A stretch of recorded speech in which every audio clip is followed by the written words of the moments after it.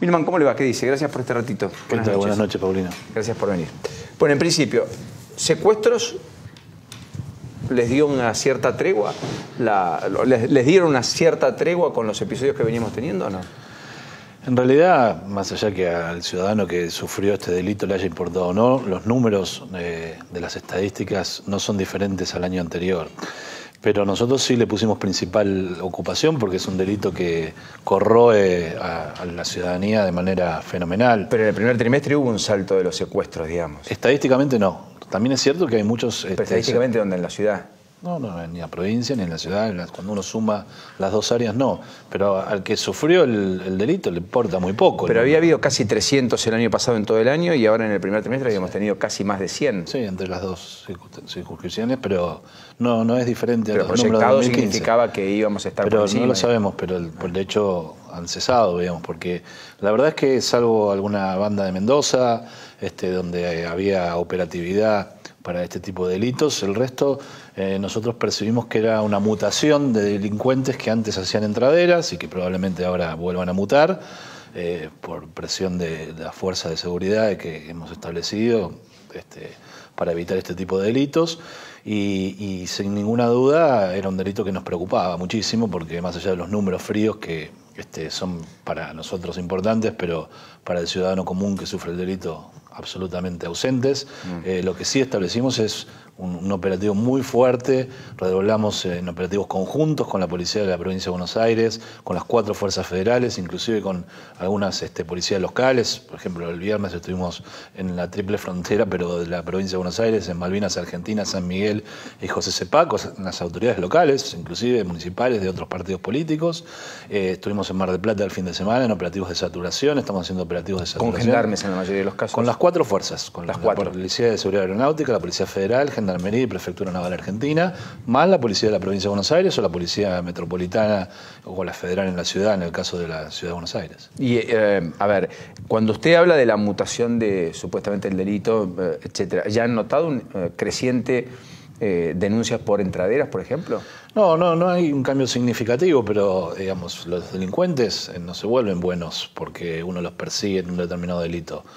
Buscan mutar y buscan penetrar por otro lugar y por eso es absolutamente dinámico. La mayoría de las bandas que han sido desarticuladas tenían a efectivos de la fuerza policial en su interior. De hecho, la banda de Mendoza que usted hace alusión tenía efectivos de la policía de la provincia. Es casi la única que tenía policías de la provincia de Mendoza que participaban y tenían equipos de comunicación, tecnología. O sea, tenían capacidad y logística para secuestrar y mantener en cautiverio a gente, digamos. El resto de las bandas, cuando uno las investiga y las analiza, se da cuenta que no había una gran infraestructura, que no tenían condiciones de tener una persona secuestrada durante varios días, que iban por dinero importante para los ciudadanos que sufrían el delito, pero no en función de una estructura que no podían solventar con esos delitos.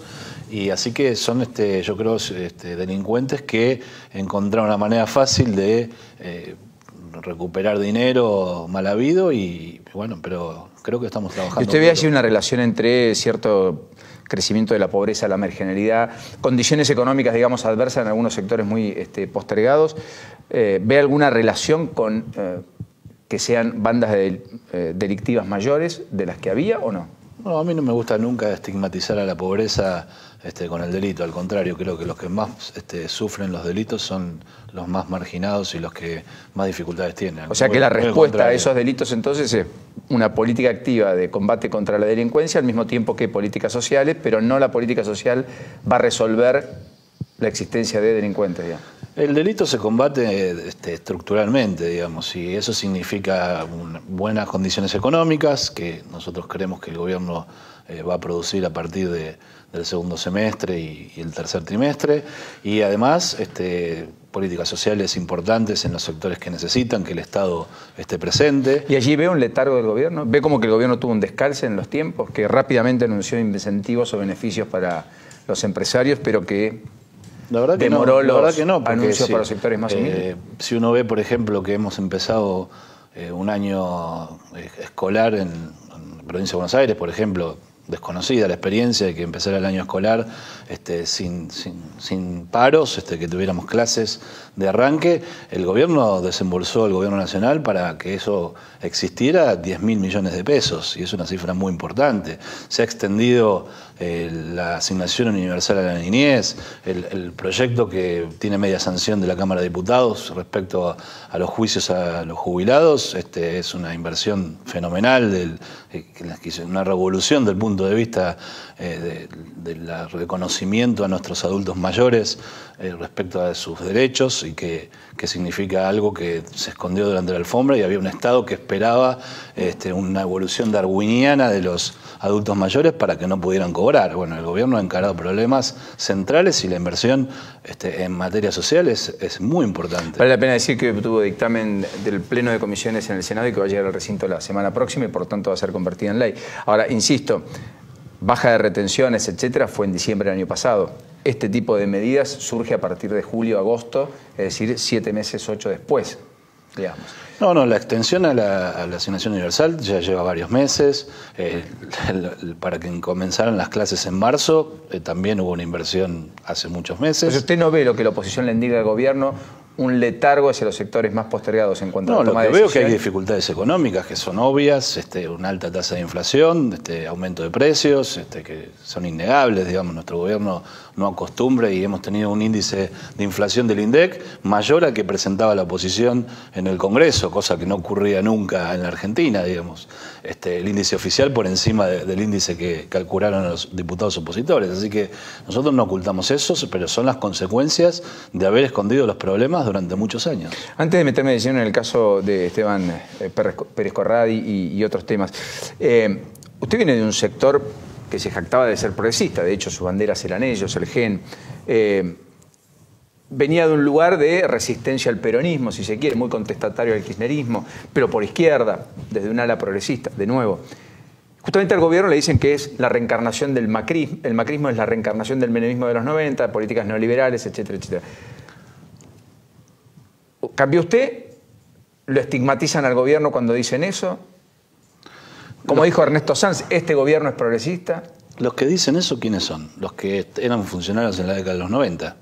Digamos, porque la verdad que el Frente para la Victoria está lleno de diputados, senadores, que son los mismos que estaban en la década de los 90, digamos. Eran gobierno de los 90, el propio Carlos Menem, el senador, tiene un pedido de procesamiento, y sin embargo ha sido amparado reiteradas veces por el bloque del Frente para la Victoria para tener número en el Senado.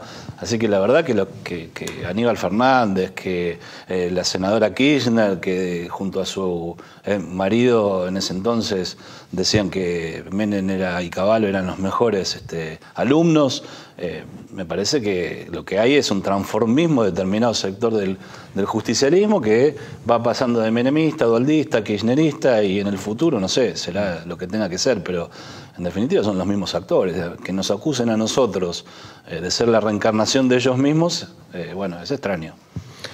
Habló Eugenio Bursaco, el virtual viceministro de Patricia Bullrich, y esto dijo sobre Aníbal Fernández, que estuvo en el foco de la escena a partir de la detención de Pérez Corradi, y todo lo que esto podría eventualmente desencadenar, que su propio abogado incluso no ha descartado. Esto dijo Eugenio Bursaco hoy, en el transcurso de este día. ¿Lo vemos en un ratito? Bueno, dentro de un ratito. ¿Usted cree que Pérez Corradi va a tener efectivamente, o mejor dicho, va a mencionar a Aníbal Fernández? La verdad que no lo sé. Digamos, nuestro objetivo apenas asumimos el gobierno es que este principal prófugo de la justicia argentina estuviera a disposición a derecho en la Argentina para defenderse, acusar, ser condenado, cualquiera de las posibilidades procesales que le caben. De manera tal que ojalá, si hay otros involucrados, porque es obvio, digamos, pasamos de la importación de 200 kilos de efedrina a 20.000 o 40.000, digamos, kilos, no hay ninguna duda que hubo un amparo por parte del Estado respecto de eso, porque cuando uno ve esa curva es obvio que quienes tenían que controlar no controlaron, como poco, digamos, sin involucrarlos en el delito participantes. Pero están los hermanos Zacarías, está Meissner en el RENAR, porque parte de de esa sustancia se exportaba como pólvora, digamos, porque no se podía exportar a México, que era quien había prohibido la importación, como efedrina. Entonces entraba como efedrina legalmente a la Argentina y se exportaba ilegalmente a México como pólvora, y eso era regulado por el RENAR. De manera que hay un sinnúmero de funcionarios involucrados en el tema, y es probable que el jefe de gabinete, entonces ministro de Seguridad y Justicia, Aníbal Fernández, estuviera involucrado, pero me parece que lo bueno sería que Pérez Corradi venga a la Argentina luego de un juicio de extradición que ¿Desde lo ve posible rápido eso? Porque en realidad la me verdad parece que nosotros no tenemos la ansiedad de que esté mañana acá, digamos. No es nuestra ansiedad. Nuestra ansiedad era poder detenerlo, y en eso estuvimos trabajando. Recibimos en el Ministerio de Seguridad al gobernador de Paraná, del Alto Paraná, y los intendentes de la frontera paraguaya con la Argentina, y mostraron su voluntad política. El presidente Mauricio Macri recibió al presidente del Paraguay y también trabajó en el mismo sentido. Y la ministra de Seguridad de la Nación tuvo una reunión en Montevideo con su par, el ministro del Interior del Paraguay, hace 15 días, y la Agencia Federal de Investigaciones viene colaborando para conseguir el resultado. ¿Quién dio la información de dónde estaba Pérez Corradi? Bueno, hay un trabajo de colaboración, digamos. Todos sabíamos dónde estaba. Esta es la verdad, digamos. ¿Usted se también? movía.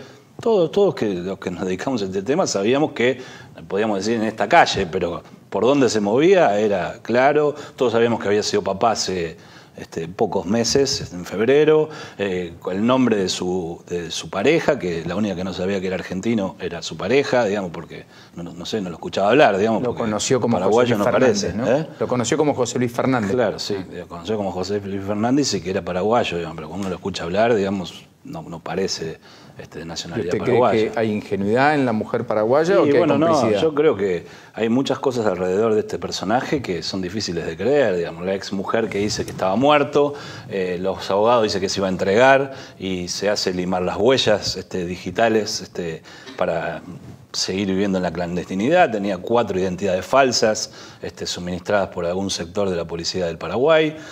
La verdad es que no parecía alguien dispuesto a Pero la identidad un día dice que va a venir, al otro día dice que no quiere someterse al juicio de extradición. Pero a ver, la fiscal del caso que entiende en la falsificación de documentos, Quiñones, me dijo a mí en radio que efectivamente las identidades, las 4 eran argentinas, suministradas por la policía argentina.